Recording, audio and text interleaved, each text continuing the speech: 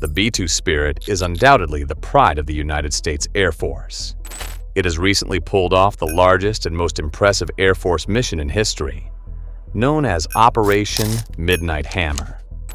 In fact, the B-2 is currently unrivaled, making it virtually impossible for anyone to detect it or shoot it down when flying at 50,000 feet. But in total secrecy, behind closed doors, and at an astronomical price tag, Northrop Grumman has been up to something else, something powerful, and to some, even unnecessary.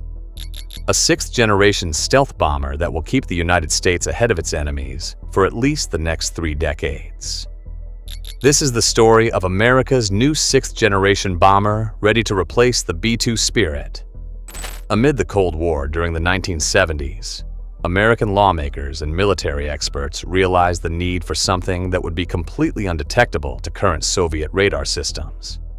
For years, the United States had relied on the B-52, a powerful bomber capable of delivering nuclear warheads by air. However, the B-52 would light up radars like a flash of light in the middle of the night, and after a U-2 spy plane had been shot down a decade earlier when flying a mission over the Soviet Union, the United States didn't want to deal with this disappointment again. At first, the United States began working on what would later become the B-1 Lancer. But after President Ronald Reagan took over office from President Jimmy Carter, the former accused the latter of being weak, citing the B-1 and its delays as the primary reason. By 1989, the United States had secretly spent about $23 billion on this black project, which would later become the B-2 Spirit. The same year, the B-2 Spirit would take its first test flight, standing at 69 feet in length, 17 feet in height, and with a wingspan of 172 feet.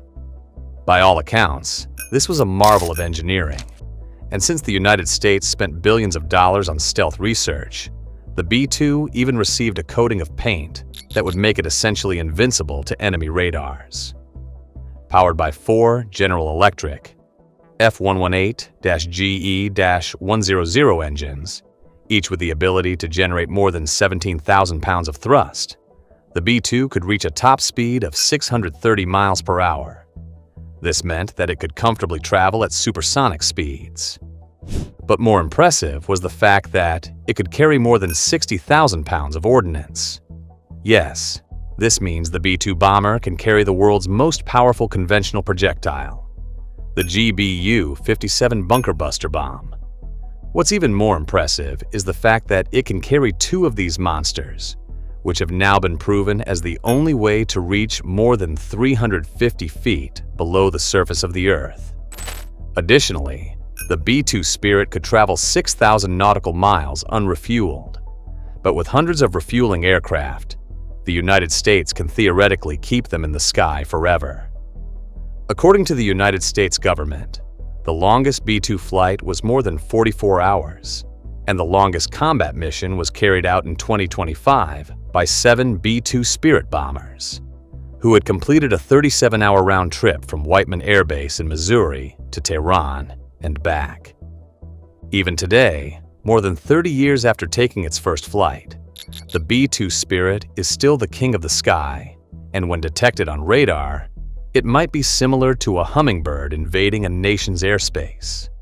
No country in the world can take down one of these bombers, especially when considering the fleet of F-35 and F-22 fifth-generation fighters that often accompany it. Currently, the United States operates 21 of these bombers, and while 135 were initially ordered, a price tag of more than $2 billion had lawmakers asking questions, which eventually led to only 21 being ordered for the Air Force. But if the United States has the most dominant bomber in history, and they are still virtually unrivaled in the air, why do reports suggest that the B-2 is on its way out?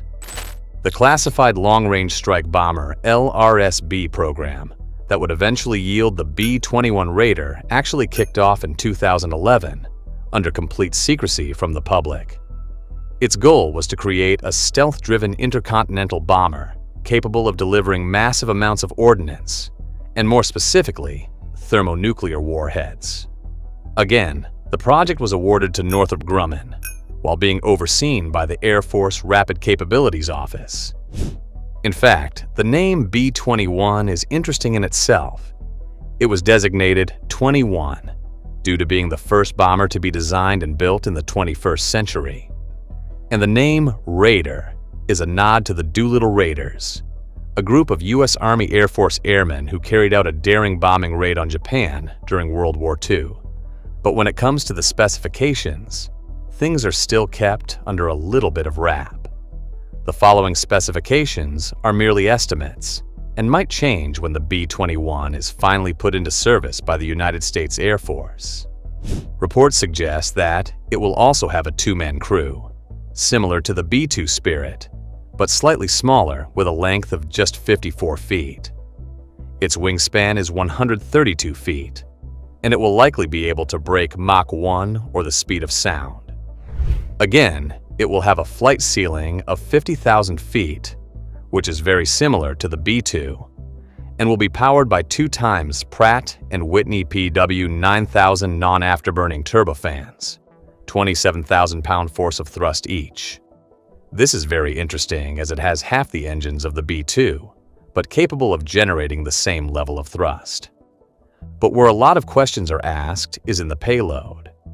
According to Northrop Grumman, the B-21 will be able to carry a payload of just 20,000 pounds, which is still far more than any other nation can muster up with their bombers, but about a third of the capacity offered by the B-2.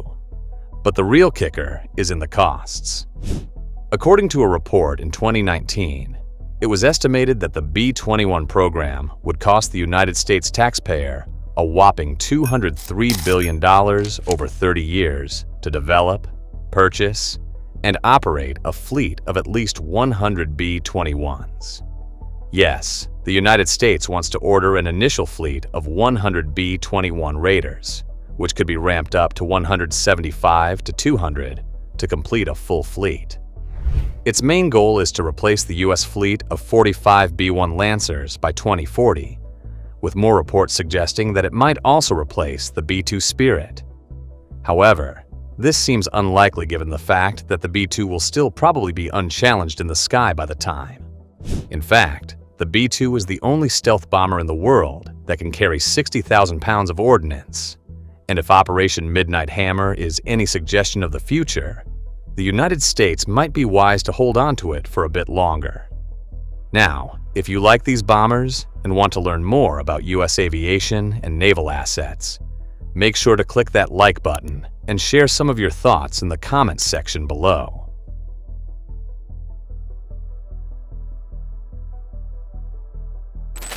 Back to the B-21 Raider.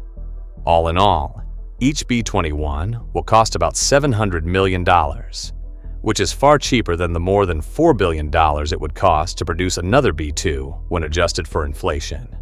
So, when does the United States plan to have this new B-21 Raider in the air? Well, the B-21 already took its maiden flight in September of 2023. Reports suggest that there are currently 3 of these aircraft, in a test version, that are performing weekly test flights.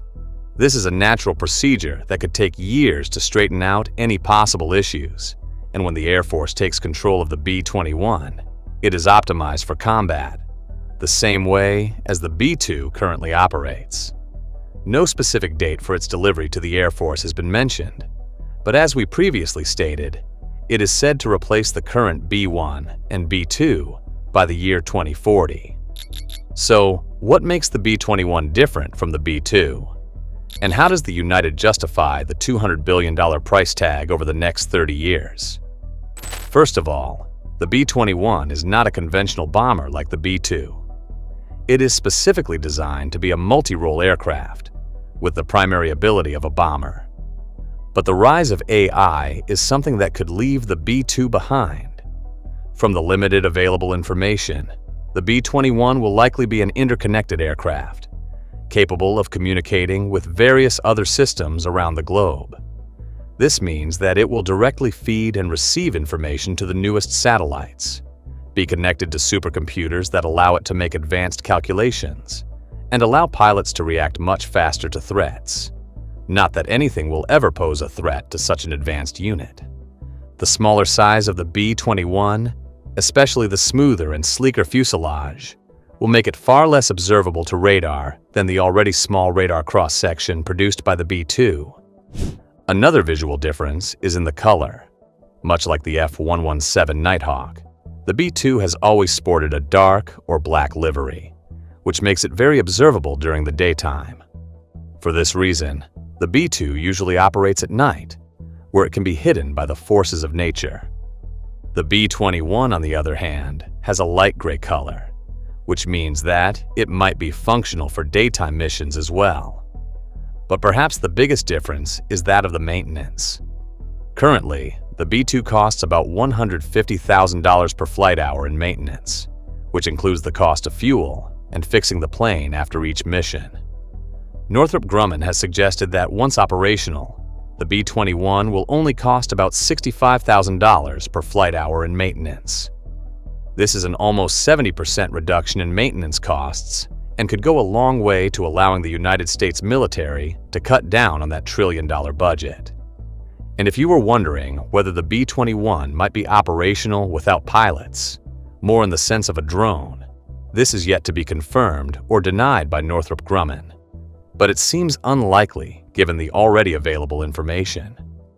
Overall, the B-21 Raider seems like a significant upgrade to the B-2, especially on the side of costs, but it does have a few drawbacks, which we will discuss in the next section when we look at what is likely to happen to the B-2 after the introduction of the Raider. If you thought that the United States would now merely dump the B-2 once the B-21 is operational and fully integrated into the Air Force, you'd be wrong. First of all, it is still the only bomber in the world, aside from the B-52 that can carry the GBU equals 57 MOP bunker buster bomb. Operation Midnight Hammer, which focused on a striking Iranian nuclear facility about 300 feet deep below the surface of the Earth, means that the B-2 will still be functional. Moreover, the United States is also highly unlikely to sell these B-2 bombers to other countries, even allies like the United Kingdom, France, or Canada. Since the B-2 is still the pinnacle of aerial superiority, it will likely suffer the same fate as the F-22 Raptor. Yes, the United States is still the only country in the world operating the Raptor, while the F-35 is now the newest fighter found all over the world. In fact, one can argue that the B-2 is like the F-22, a highly advanced and powerful aircraft that will for decades be one of the best in its class. The only problem is how expensive it is to build and maintain. It doesn't mean the B-2 will be decommissioned, but rather treated in the same way as the F-22. This means that it will likely be stored in those expensive hangars where the temperature and humidity need to be perfect to ensure it doesn't lose its stealthy coating. If the global situation demands another Operation Midnight Hammer, you can be sure that the United States will have them on standby to ensure that operational success is guaranteed. But there is one more thing we need to address, and this is the rumors of the Next Generation Air Dominance program, which is supposed to be a sixth-generation stealth fighter that would lead and interact with the B-21. Known as the F-47B, a direct nod to President Donald J. Trump, the 47th President of the United States will be a sixth-generation fighter and the successor to the current king of the sky, the F-22 Raptor. Almost nothing is known about this project, other than it is currently in the works, and the goal is to design something better, more efficient, and more importantly, cheaper than the F-22 Raptor. Boeing currently holds the contract for developing this new fighter, with an estimated date of completion being around 2030. In fact, this new sixth-gen fighter will serve a similar role to the F-35 and F-22s that are used to accompany the B-2.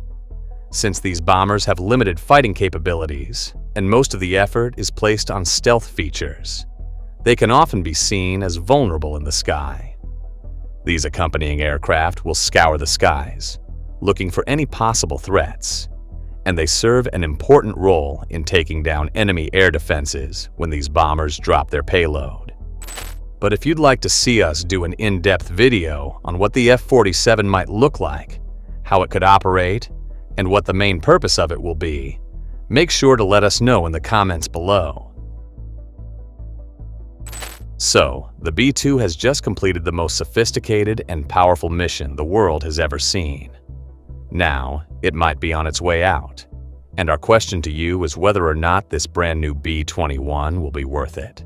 Let us know your thoughts in the comments section below.